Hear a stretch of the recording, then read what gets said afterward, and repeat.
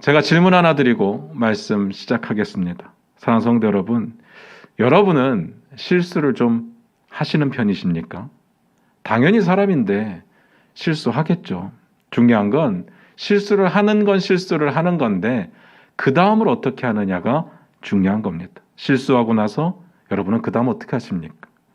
실수에도 여러 가지 종류가 있을 겁니다. 큰 실수도 있고 작은 실수도 있고 실수를 해서 영향력이 치명적인 것들도 있고 또 미비한 것들도 있고 참 다양한 종류가 있을 겁니다. 그리고 그 뒤처리하는 방법, 그 다음에 반응하는 내용들도 다양할 수 있습니다. 그러나 실수를 하고 아무것도 안 할 수는 없습니다. 사람마다 다르겠지만 어떤 실수를 하고 나서 그 실수를 만회하기 위해서 어떤 사람은 최선을 다합니다. 그런데 또 어떤 사람들은요, 실수를 하고 나서 마치 세상이 다 끝난 것처럼 인생을 포기하는 사람들도 있습니다. 비슷한 종류의 실수라고 할지라도 당연히 실수를 만회하기 위해서 최선을 다하는 것이 포기하는 것보다는 100배 낫습니다. 다만 그걸 모르는 건 아닌데 그럴 힘이 안 남아있다는 게 문제겠죠. 그리고 실수를 만회하기 위해서 최선을 다하고 있는데 그런데 감당이 안 될 때가 더 큰 문제가 되는 겁니다. 그럴 때 어떻게 해야 됩니까? 여러분은 어떻게 하십니까? 질문의 초점을 좀 좁혀서요. 주님 앞에서 실수하신 적도 있지 않습니까? 주님 앞에서 하시는 실수는 대부분 죄로 연결이 될 겁니다. 나 혼자 개인적으로 몰래 주님 앞에 죄를 지은 것은 그나마 하나님 앞에 회개하고 하나님께 용서받으면 아무도 모르고 지나갈 수 있습니다. 그런데 모든 사람들이 다 아는 상황 가운데 저지른 죄는 어떡합니까?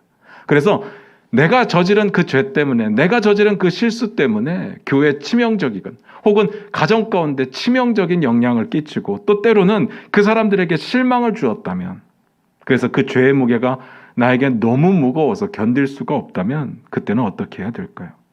당연히 회개는 해야죠.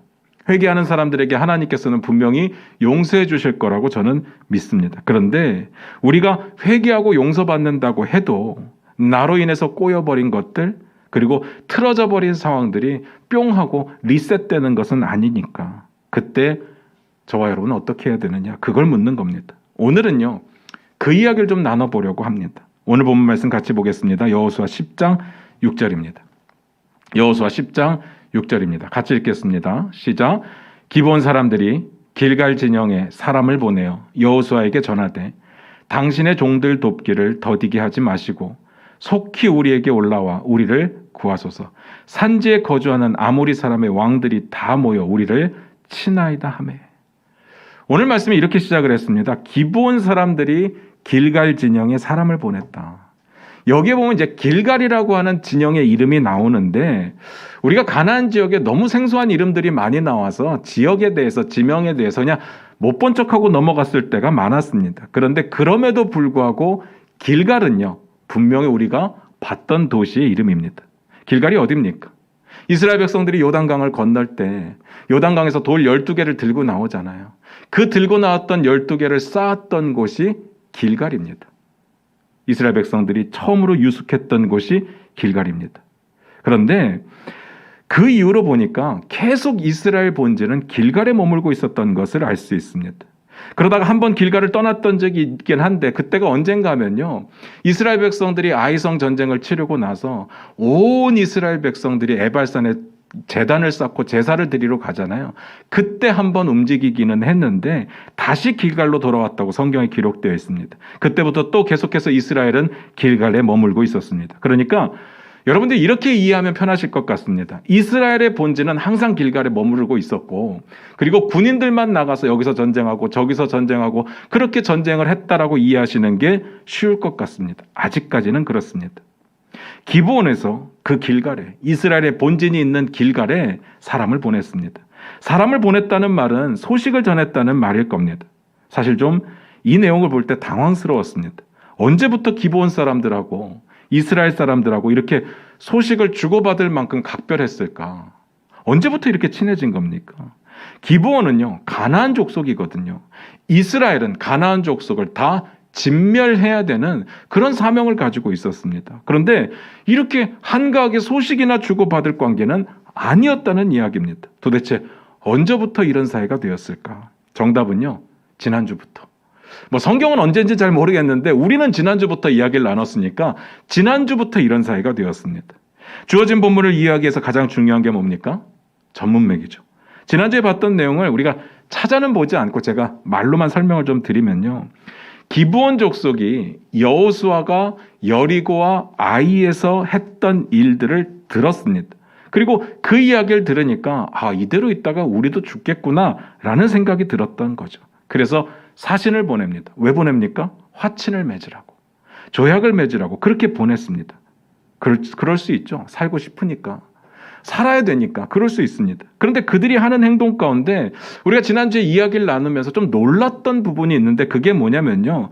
마치 하나님께서 이스라엘에게 가나안 정복 전략을 주신 것을 꿰고 있는 것처럼 행동하고 있었습니다.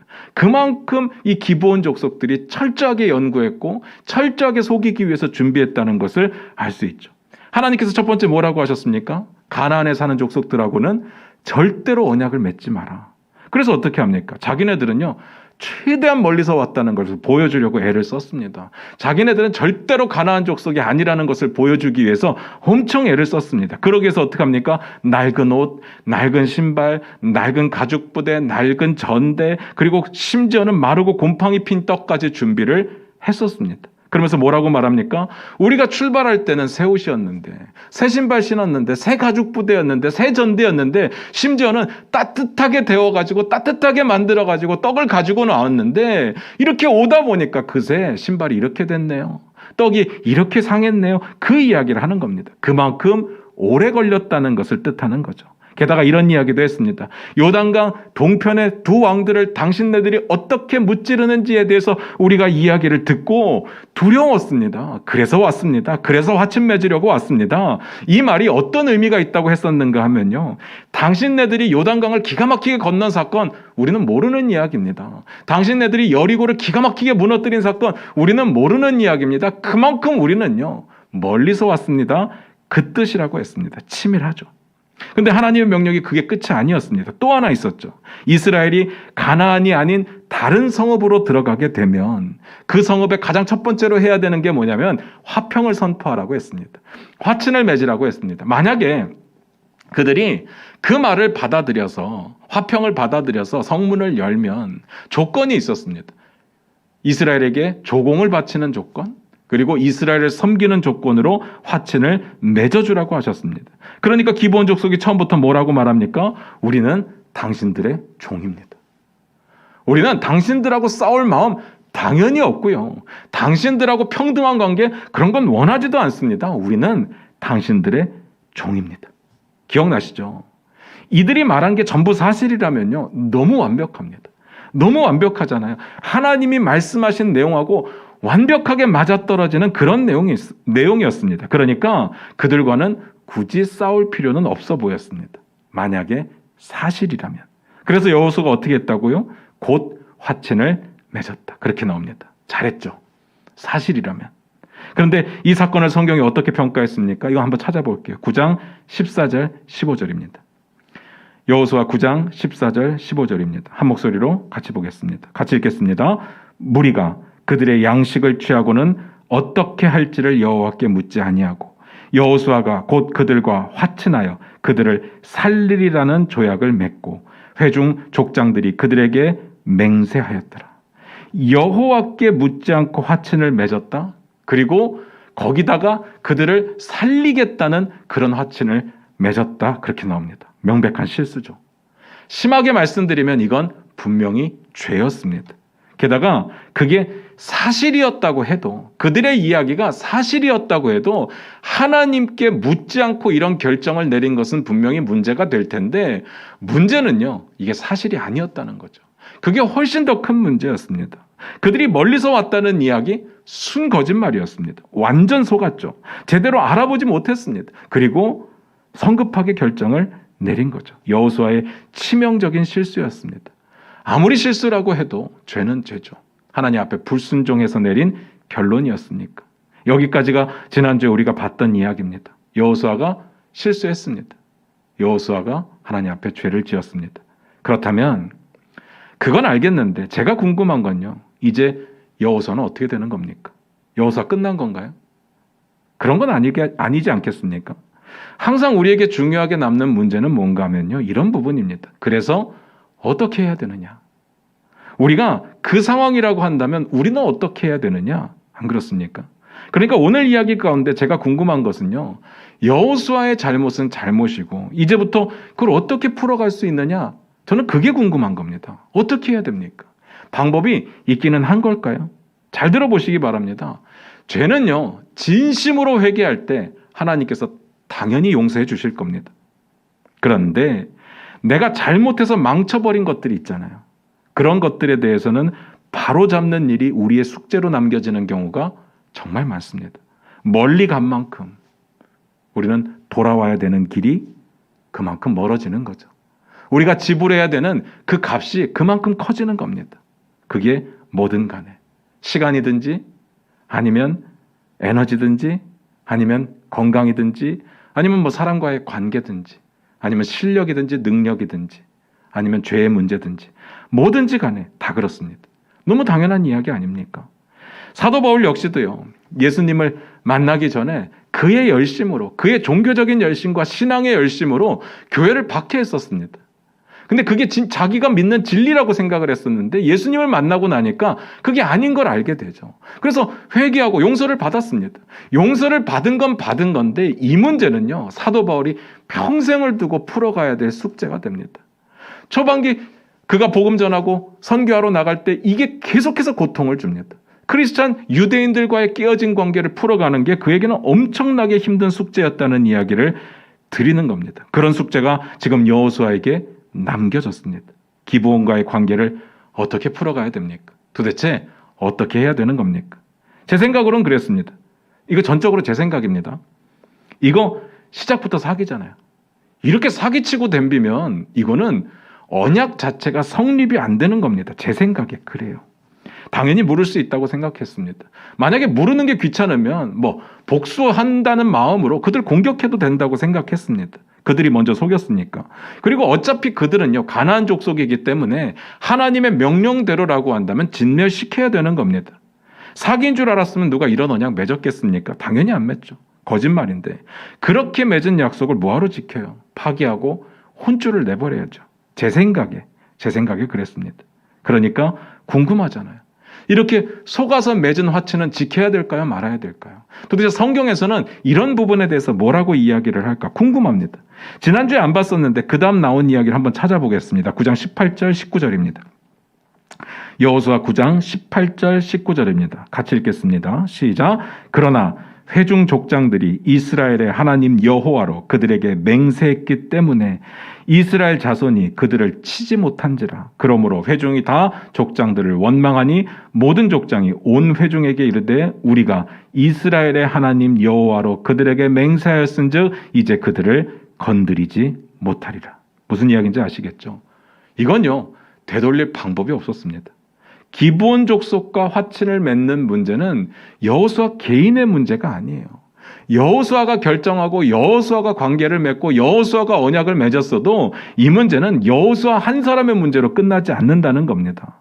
여호와 하나님으로 맺은 언약이기 때문에 여호수아가 함부로 파기할 수가 없었습니다. 다시 말해서 여호수아가 맺었지만 이제는 여호수아가 책임질 수 없는 문제가 되었습니다. 그래서 여호수아가 끝까지 안고 가야 되는 숙제로 남겨진 겁니다. 이거 깨뜨리면 하나님이 욕을 먹습니다. 여기서 여호수아가 할 수 있는 것 딱 하나입니다. 그들을 여호와의 제단을 위해서 나무를 패고 물 깃는 자로 삼는 거, 그거밖에 할 게 없었습니다. 앞으로 기브온과의 불편한 동행이 시작되어 버렸습니다. 제가 이 부분에서 꼭 말씀드리고 싶은 게 있습니다. 혹시나 우리 중에 이렇게 생각하시는 분은 없었으면 좋겠습니다. 죄 짓고 회개하면 되지. 절대로 이런 생각은 안 하셨으면 좋겠습니다. 이런 식으로 죄를 쉽게 생각하지는 마셨으면 좋겠습니다. 진정한 회개를 한다면 분명히 용서는 받을 겁니다. 그런데 그 죄로 인한 상처는요, 남습니다.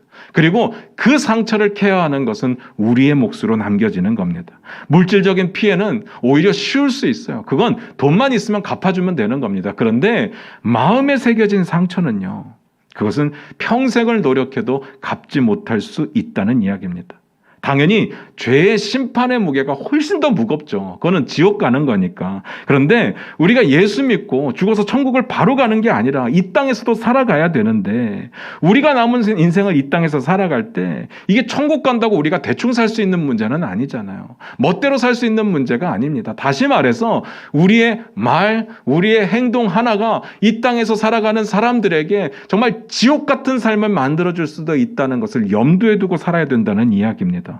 우리의 능력으로는요, 그들의 상처를 되돌릴 수 없는 경우가 꽤 많거든요. 그래서 잘 살아야 됩니다. 어쨌든요, 본문으로 돌아와서 결국은 우려했던 일이 벌어졌습니다. 기브온이요, 여호수아에게 불편한 요청을 합니다. 여호수아가 풀어야 될 숙제가 드디어 던져졌습니다.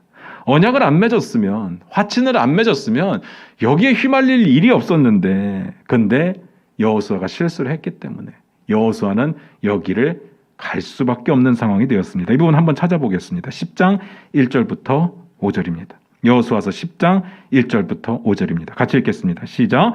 그때 여호수아가 아이를 빼앗아 진멸하되 여리고와 그 왕에게 행한 것 같이 아이와 그 왕에게 행한 것과 또 기브온 주민이 이스라엘과 화친하여 그 중에 있다함을 예루살렘 왕 아도니세덱이 듣고 크게 두려워하였으니 이는 기브온은 왕도와 같은 큰 성임이요 아이보다 크고 그 사람들은 다 강함이라.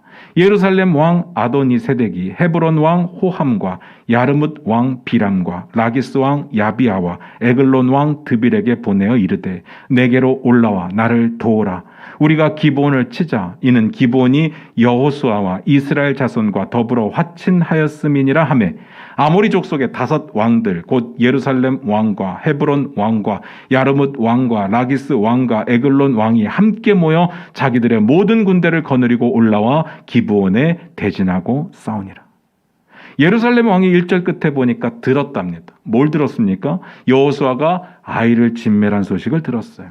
기브온 주민들이 이스라엘과 화친했다는 소식을 들었습니다. 그리고 결정적으로 그렇게 화친을 맺은 기브온 족속이 그들 중에 있다는 이야기를 들었습니다. 그 중에 있다는 말은 원어로 찾아서 보니까 그들 중에 있다는 뜻입니다. 이게 예루살렘 왕에게 뭐가 문제가 되느냐. 2절에 보니까요, 예루살렘 왕이 그 이야기를 듣고 크게 두려워했다 이렇게 나옵니다.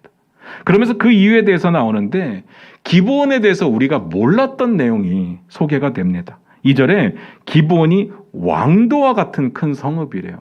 이 왕도라는 말이 무슨 뜻인가 하면 왕의 도시라는 뜻입니다. 잘 생각해 보셔야 됩니다. 왕이 있고 왕이 다스리는 나라가 그렇지 않은 족속들보다 더 강했던 것이 사실입니다. 그래서 왕도라고 하는 것은 굉장히 강한 성읍을 말하거든요. 그런데 오늘 본문에 보니까 왕도와 같은 성이라고 했으니까 왕도는 아닌 거죠. 그럼에도 불구하고 그들은 큰 성이었다 그 뜻입니다. 우리가 살펴봤던 내용을 보면요, 기브온 사신들이 이렇게 이야기를 했었거든요. 9장 11절 제가 읽어드릴게요. 그러므로 우리 장로들과 우리나라의 모든 주민이 우리에게 말하여 이르되. 기브온은요, 장로들과 주민들이 의견을 내는, 그래서 나라가 통치되는 그런 시스템을 가진 신기한 족속이었습니다. 그런데 그럼에도 불구하고 강했다 그 이야기입니다. 솔직히 기브온이 이렇게 얍삽하게 이스라엘을 속이고 나올 때 제 마음 가운데는 그런 생각을 했습니다. 그들이 너무 약하니까, 힘이 없으니까 이렇게라도 살고 싶었구나, 참 불쌍하다, 그런 마음이 들었었는데 신기한 건요, 예루살렘 왕이 볼 때 그 성은 강한 성이었답니다. 왕도와 같은 성이었대요. 그리고 뒤에 보니까 기브온 주민들이 다 강했다고 되어 있습니다. 예상 바뀌죠. 저는 진짜 얍삽하게 정말 힘없는 민족일 줄 알았는데 그들은 강했습니다. 그런데 이렇게 강한 족속이 왜 그렇게 정말 치사한 방법을 선택했을까? 곰곰이 생각해 보니까요, 그만큼 이스라엘에 대해서 제대로 알고 있었다는 뜻이고요, 그만큼 살고 싶었다는 뜻인 것 같습니다. 그래서 상상을 해보는 건데요, 기브온이 진짜 이 정도로 강했다면 아마 가나안 족속들이 연합군을 형성할 때 그들의 기대 가운데는요, 기브온 족속에게 기대는 마음이 좀 있었을 겁니다. 기브온 족속이 뭔가 나서서 한 건 해주기를 어느 정도 기대하고 있었을 거라고 봅니다. 그들은 강하니까. 그런데 그 기브온이 배신을 하네요. 그리고 이스라엘과 화친을 맺었다는 이야기잖아요. 이 말은 그들이 기브온에게 기대를 걸었던 만큼 오히려 기브온의 배신이 더 큰 위기감으로 다가올 수 있었다는 뜻이기도 한 거죠. 그들 중에 여전히 머무르고 있었으니까. 그래서 어떡합니까? 연합군을 싹 다 불러 모읍니다. 왜요? 기브온을 제거하려고. 지명이 너무 많이 나와 있어서 뭐 어디가 어딘지 모르겠어요. 이름도 왜 그렇게 어려운지 모르겠어요. 그런데 잘 찾아보면 남부 지역에 있는 족속들의 이야기만 나와요. 지난주에 봤던 이야기는 가나안 전체 연합군이었는데 그들 중에서 남부 지역에 있는 족속들만 불러 모은 겁니다. 그리고 전쟁을 벌였다는 뜻입니다. 당연히 이 전쟁은요, 어느 쪽에서도 대충 할 수 있는 전쟁은 아니었습니다. 기브온은 배신자니까 그대로 놔뒀다가든요, 이런 연합 자체가 의미가 사라져버리는 겁니다. 배신은 시작부터 뿌리 뽑아야 됩니다. 뿐만 아니라 이스라엘과 하친을 맺은 기브온이 여전히 그들 가운데 있거든요. 그런데 그들은 강한 족속입니다. 그러니까 이대로 놔두면 언제 이게 위협으로 자기들에게 다가올지 모르는 상황이었다는 이야기입니다. 그러니까 일단 기브온부터 제거해야 됐습니다. 그래야 이스라엘하고 한번 싸워라도 볼 수 있는 상황이죠. 그래서 남부 연합군이 싹 다 마음이 하나가 돼서 기브온을 치자 그렇게 침공을 한 겁니다. 여기까지가 오늘 전문맥의 내용입니다. 그리고 오늘 본문이 어떻게 시작된다고 6절을 같이 읽겠습니다. 시작. 기브온 사람들이 길갈 진영에 사람을 보내어 여호수아에게 전하되 당신의 종들 돕기를 더디게 하지 마시고 속히 우리에게 올라와 우리를 구하소서. 산지에 거주하는 아모리 사람의 왕들이 다 모여 우리를 치나이다 하매. 기브온이 여호수아에게 사람을 보냈습니다. 우리를 빨리 와서 좀 구해 주십시오. 앞에서 말씀드렸던 대로 이 부분이 여호수아에게 던져진 숙제죠. 여호수아가 풀어야 될 숙제입니다. 이제 기브온의 어려움의 소식을 듣고요, 모른 척하면 안 됩니다. 왜냐하면 그들과 화친을 맺었으니까. 아무리 속아서 맺은 언약이라고 할지라도 그들과 맺은 언약이 뭐냐면 그들을 살리리라, 그들을 살리겠다고 분명히 언약을 맺었기 때문에 이건 지켜야 됩니다. 여호와로 맺은 언약이기 때문에. 만약에 이스라엘이 기브온의 요청을 거절했다? 이건 이스라엘이 거절하는 게 아니라 하나님이 언약을 어기는 게 됩니다. 만약에 이스라엘이 참가는 하는데 대충 신용만 해서 졌다, 그건 기브온이 지는 게 아니라 이스라엘이 지는 게 아니라 하나님이 지시는 겁니다. 말이 안 되죠. 그러니까 무조건 가서 도와야 됩니다. 하나님께 물어볼 겨를이 없어요. 하나님께 물어볼 타이밍은요, 지금이 아니라 언약을 맺기 전이었어야 됩니다. 지금은요, 언약을 맺었으니까, 하나님 여호와로 언약을 맺었으니까 무조건 가야 됩니다. 그리고 가기만 하면 되는 게 아니라 무조건 이겨야 됩니다. 10장 7절 볼까요? 같이 읽겠습니다. 시작. 여호수아가 모든 군사와 용사와 더불어 길갈에서 올라가니라. 일단 여호수아는 길갈에서 떠났습니다. 전쟁을 치르러 모든 군사와 모든 용사를 데리고 올라갔습니다. 총력전을 펼쳤습니다. 여호수아에게는 선택의 여지가 없었습니다. 무조건 이겨야 됩니다. 그런데 문제는요, 제가 여기서 고민하는 것은 여호수아가 어쩔 수 없이 올라가야 되는 것은 알겠는데 하나님께서 어떻게 보실까? 전적으로 여호수아의 실수인 거 알아요. 그리고 여호수아가 풀어야 될 숙제인 것도 알아요. 여호수아가 실수해서 휘말려든 상황이었습니다. 그런데 하나님은 어떻게 보실까? 야, 네가 실수했으니까 네가 해결해. 네가 알아서 해. 그리고 이거 내 이름 걸린 거니까 너는 무조건 싸워서 이겨야 돼? 그러시면 어떻게 하냐고요. 우리가 예수 믿지만 불안한 이유가 다 여기 있잖아요. 솔직히. 우리 이거 해결해 주세요. 저거 해결해 주세요. 이것 좀 도와주세요. 저것 좀 도와주세요. 우리에게 펼쳐지는 수많은 문제들에 대해서 하나님께 기도하는데 솔직히 이 문제들이 하나님 때문에 온 건 아니잖아요. 우리가 하나님 열심히 믿기 때문에 닥친 문제들이 아니라는 이야기입니다. 그러니까 우리가 하나님께 기도할 때 이런 딜을 하잖아요. 이번 한 번만 도와주시면 내가 앞으로는 진짜 하나님 열심히 믿겠습니다. 이 말에 어떤 의미가 있는가 하면요, 나도 압니다. 이거 내 욕심으로 만든 문제예요. 하나님이 무조건 도와주셔야 될 의무가 없다는 것도 압니다. 다만 이번에 도와주시면 앞으로 잘 믿을게요. 그 뜻이죠. 그러니까 불안한 거죠. 그러니까 딜도 하는 거고요. 그래서 어떻게 되느냐? 8절을 같이 한번 볼까요? 같이 읽겠습니다. 시작. 그때 여호와께서 여호수아에게 이르시되 그들을 두려워하지 말라. 내가 그들을 내 손에 넘겨주었으니 그들 중에서 한 사람도 너를 당할 자 없으리라 하신지라. 그때 하나님께서 여호수아에게 나타나셨습니다. 그리고 이렇게 말씀하시는 거예요. 두려워하지 마라. 그들을 두려워하지 마라. 그들을 너의 손에 내가 넘겨주었다. 대박이지 않습니까? 일단 안심이 됩니다. 정말 걱정 많이 했었는데, 여호수아 정말 걱정 많이 했었는데 하나님께서 돕겠다니까 안심이 됩니다. 그런데 왜 도우시는 거죠? 하나님이 왜 도와주셨을까요? 저 같았으면 괘씸해서 안 도와줍니다. 아니, 이게 교육의 차원에서도 뭔가 본보기를 보이기 위해서라도 이렇게 지멋대로 결정한 문제에 대해서 도와줄 의무가 없는 거잖아요. 안 도와줘요. 그런데 하나님께서는 도와주셨습니다. 제가 항상 말씀드리는데, 여러분은요, 제가 하나님이 아닌 것을 늘 감사해야 됩니다. 저 같았으면 이거 안 도와줍니다. 솔직히 제가 이 부분을 묵상하면서 7절의 내용하고 8절의 내용하고 연결고리를 찾으려고 엄청 고민해 봤거든요. 앞에서 계속 말씀드렸지만 하나님께서 도와주셔야 될 의무가 없어요. 이거 여호수아가 저지른 실수입니다. 그리고 여호수아가 해결해야 될 문제입니다. 그런데 하나님께서 도와주시겠다고 하셨어요. 여호수아 입장에서 굉장히 고마운 일이기는 한데 제 입장에서는 그 이유가 궁금한 거예요. 왜 도와주실까? 우리가 그 이유를 알아야, 아니면 여호수아가 어떤 일을 했다면 그 방법을 알아야 우리가 힘들 때 하나님께 좀 도움을 받죠. 그래서 고민을 많이 해봤거든요. 근데 모르겠어요. 물론 회개는 했겠죠. 하나님 앞에 그 실수에 대해서 회개하고 앞으로 일어날 전쟁에 대해서 기도했을 겁니다. 그렇다고 꼭 도와주셔야 되는 건 아니거든요. 왜 하나님께서 여호수아의 실수를 품어주시는 거예요? 제가 이 연결고리를 찾기 위해서 진짜 고민 많이 해봤는데 모르겠어요. 도저히 못 찾겠습니다. 잘 생각하셔야 됩니다.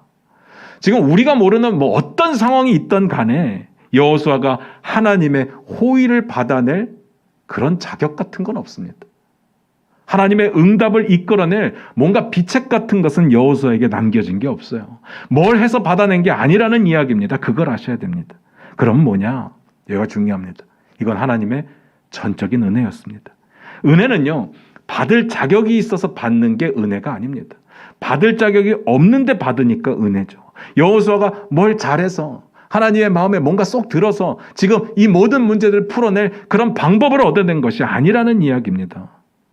전적인 하나님의 은혜였습니다. 물론 그래도 하나님의 이름으로 맺은 언약을 지키기 위해서 애썼던 것들, 하나님의 이름으로 치르는 전쟁에 지지 않으려고 최선을 다했던 거, 이런 부분들은 높이 살만합니다. 그렇지만 마치 수학 공식처럼 여호수아의 이런 행동값을 쏙 집어넣으면 하나님의 도우심이라고 하는 정답이 쏙 나오는 그런 수학 공식은 될 수 없다는 이야기입니다. 이미 이건요, 여호수아의 불순종의 결과거든요. 하나님과 여호수아의 언약이 분명히 있었지만 여호수아가 불순종함으로 깨뜨려 버렸습니다. 그러니까 죄죠. 그러니까 하나님이 도우실 이유가 전혀 없습니다. 무슨 이야기인지 아십니까? 여기서 하나님의 도우심은 은혜입니다. 그러고 보니까 우리의 인생에서도 쭉 뒤돌아보면요, 기도해서 응답을 받았던 적이 있기는 있더라고요. 우리가 예수님 만나고 죄를 회개하고 용서받았던 적도 있었습니다. 문제는 우리는 이 부분을 당연하다고 생각해 왔다는 거죠. 그래서 뭔 일만 나면 무슨 빚쟁이 마냥 뭐 주십시오, 뭐 주십시오, 뭐 주십시오, 뭐 주십시오를 그냥 너무 당연하게 하나님께 요구하며 매달렸던 거죠. 그런데 전혀 당연한 일이 아니었더라고요. 전혀 당연할 수 없는 일입니다. 그렇게 동전 넣으면 커피 뿅 나오는 그런 자판기처럼 주님을 생각해서는 안 된다는 이야기입니다. 하나님은 우리의 기도에 무조건 응답해 주셔야 될 의무는 없습니다. 그런데 주님은 하시죠. 그게 은혜라는 이야기입니다. 예전에 한동안 큰 감동을 줬던 시가 하나 있었는데 아마 들어보면 여러분도 아실 것 같아요. 한번 들어보세요. 엄마는 그래도 되는 줄 알았습니다. 라는 제목의 시입니다. 아마 들어보셨을 겁니다. 엄마는 그래도 되는 줄 알았습니다. 하루 종일 밭에서 죽어라 힘들게 일해도 엄마는 그래도 되는 줄 알았습니다. 찬밥 한 덩이로 대충 부뚜막에 앉아 점심을 때워도 엄마는 그래도 되는 줄 알았습니다. 뭐 이런 내용의 시입니다. 아마 기억나실 겁니다. 한 번쯤은 다 들어보셨을 겁니다. 이 시의 마지막의 내용이 뭔지 아십니까?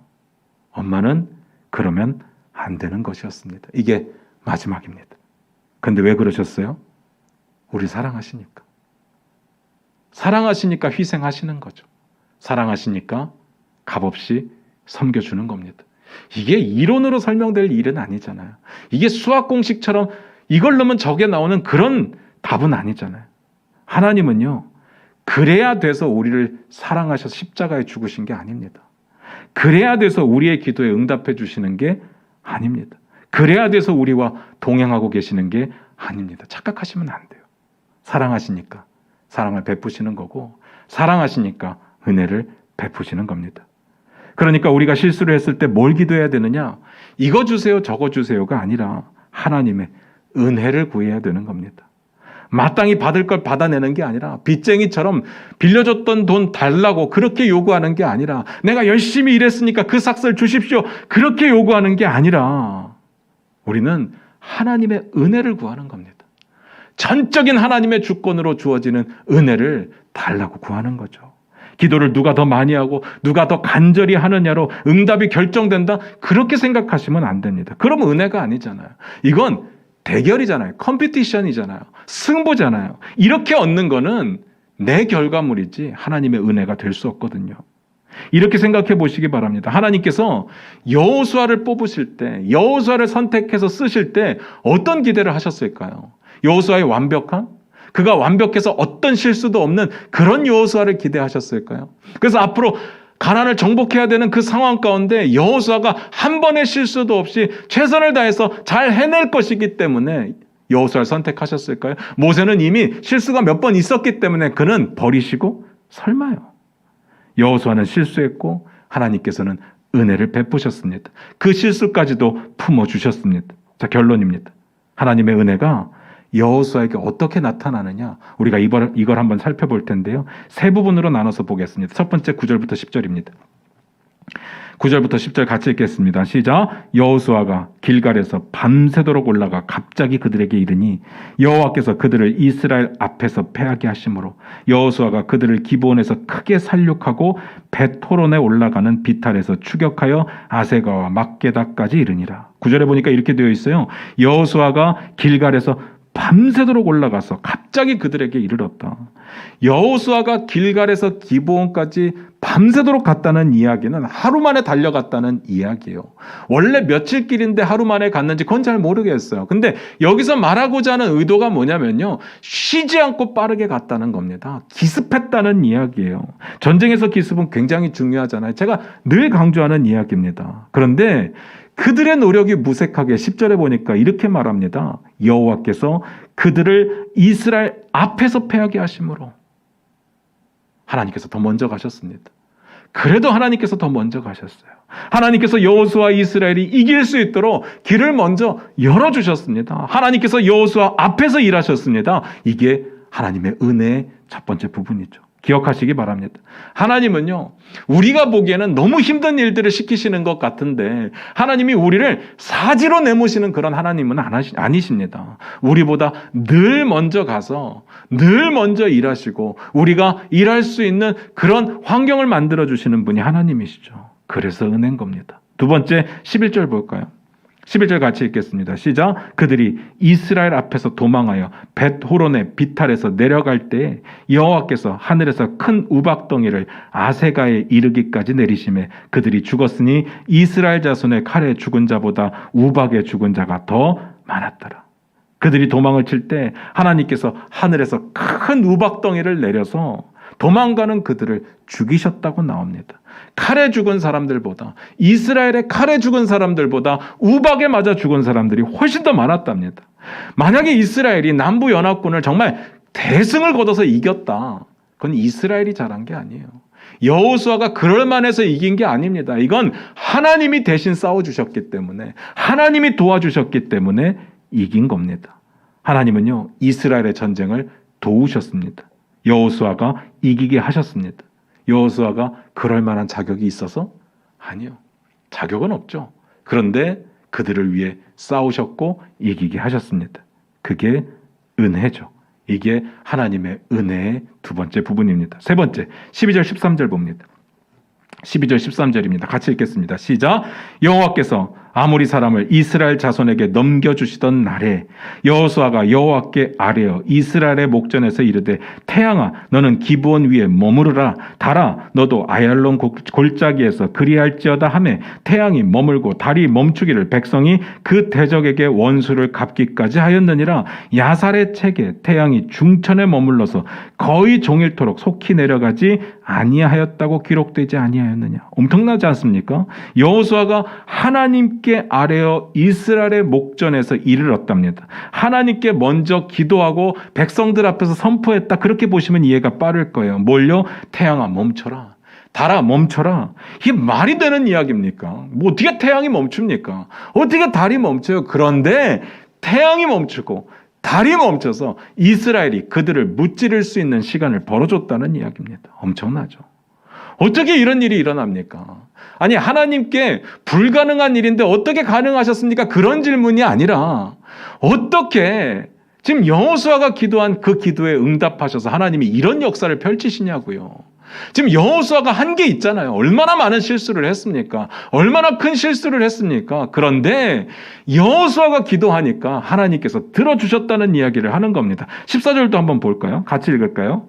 같이 읽겠습니다. 시작. 여호와께서 사람의 목소리를 들으신 이 같은 날은 전에도 없었고 후에도 없었나니 이는 여호와께서 이스라엘을 위하여 싸우셨음이니라. 하나님께서 사람의 목소리를 듣고 이런 역사를 펼친 날은 이때뿐이었다는 이야기를 하는 겁니다. 여호수아의 기도에 응답하셔서 이스라엘을 위해서 싸우시는데 정말 전무후무한 하나님의 놀라운 능력으로 나타나셨습니다.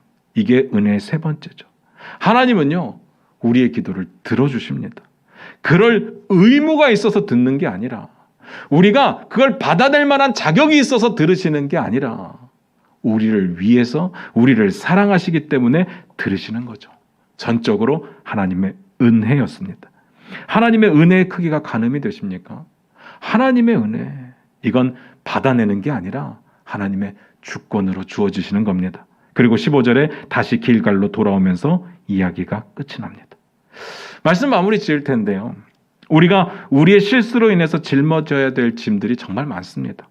그런데 그런 짐들을 마치 수학 공식처럼 하나님 앞에 다 떠넘길 수는 없습니다. 그러나 하나님께서 우리의 기도를 들으실 때 하나님은 은혜를 베푸신다는 것을 꼭 기억해 주시기 바랍니다. 그게 중요하죠. 우리가 허공에 대고 기도하는 게 아닙니다. 들으시는 하나님께 하나님의 은혜를 기대하면서 기도하는 거죠. 하나님은 여호수아의 기도를 들으셨습니다. 듣고 안 듣고 하나님의 뜻이지만 실수한 여호수아의 기도를 들어주셨습니다. 여호수아의 실수를 품어주셨습니다. 그리고 위기를 기회로 만들어주시죠. 이거 잘 생각해 보셔야 되는데 이번 전쟁은요, 남부지역 연합군이라고 했어요. 5왕들 5개 족속이 모인 연합군입니다. 이전까지는 전쟁을 어떻게 치렀는가 하면요, 한 성 한 성 찾아가면서 한 성 한 성 최선을 다해서 무너뜨렸어요. 그런데 여기 와서 보니까 5족속이 한 곳에 다 모여 있네요. 한 방에 끝낼 수 있는 기회를 만들어 주셨다는 이야기입니다. 당연히 여호수아 혼자서는 안 되죠. 하나님이 하셨으니까 되는 겁니다. 위기를 기회로 만들어 주시는 하나님. 이게 은혜였습니다. 사랑하는 성도 여러분, 여러분 실수하시는 편이십니까? 죄 지으십니까? 이렇게 보면 너무 착하게 생겨서 죄 안 짓게 생겼는데, 물론 여기에는 2사람밖에 없지만 이 2사람 죄 안 짓게 생겼는데 죄 짓습니까? 사람이니까 죄 짓죠. 신앙생활을 하다 보면 실수합니다. 그때 필요한 게 뭘까요? 어떻게 하면 이 문제를 풀어낼까? 어떻게 하면 여기서 오는 이 무거운 짐들에 피해갈 수 있을까? 머리를 이리 굴리고 저리 굴리고가 필요한 게 아니라 지금 우리에게 필요한 것은요, 하나님의 은혜를 구하는 겁니다. 그런데 한번 실수와 실패로 신앙이 무너져 버리는 사람들을 봐요. 너무 안타까워요. 도대체 자신의 능력을 얼마만큼 대단했던 걸로 봤길래 자신이 그렇게 실수 안 할 거라고 생각을 했나요? 실수 한 번 했다고 하나님으로부터 멀어지고 하나님을 안 보고 부끄러워서 설 수 없다? 본인 스스로 완전 무결하다고 생각했던 걸까요? 아니요. 우리는요, 은혜가 필요한 사람들이에요. 은혜가 필요한 사람들입니다. 우리가 뭘 잘해서 구원을 얻은 게 아니에요. 우리가 아직 죄인 되었을 때 그리스도께서 우리를 위하여 죽으심으로 하나님의 사랑이 보여진 겁니다. 하나님의 사랑이 확증된 겁니다. 우리의 자격? 그런 거 없습니다. 그냥 우리는 은혜가 필요한 사람들이죠. 실수를 하라는 이야기가 아닙니다. 실수를 하고 죄를 지을 때 하나님의 은혜를 구하라는 이야기입니다. 실수를 하고 죄를 지을 때 마치 내가 지금까지 쌓아놓은 공든탑이 무너져서 더 이상 신앙생활 할 수 없다, 그렇게 좌절하지 마시라는 이야기입니다. 우리의 구원은 전적인 하나님의 은혜였습니다. 하나님의 은혜로만 구원받는 겁니다. 그러니까 실수하셨다면 지금 은혜가 필요한 겁니다. 하나님의 은혜를 구하시는 저와 여러분이 되셨으면 좋겠습니다. 하나님의 은혜는요, 우리의 실수를 덮습니다. 그리고 우리를 거기서부터 다시 시작하게 만드십니다. 기도하겠습니다.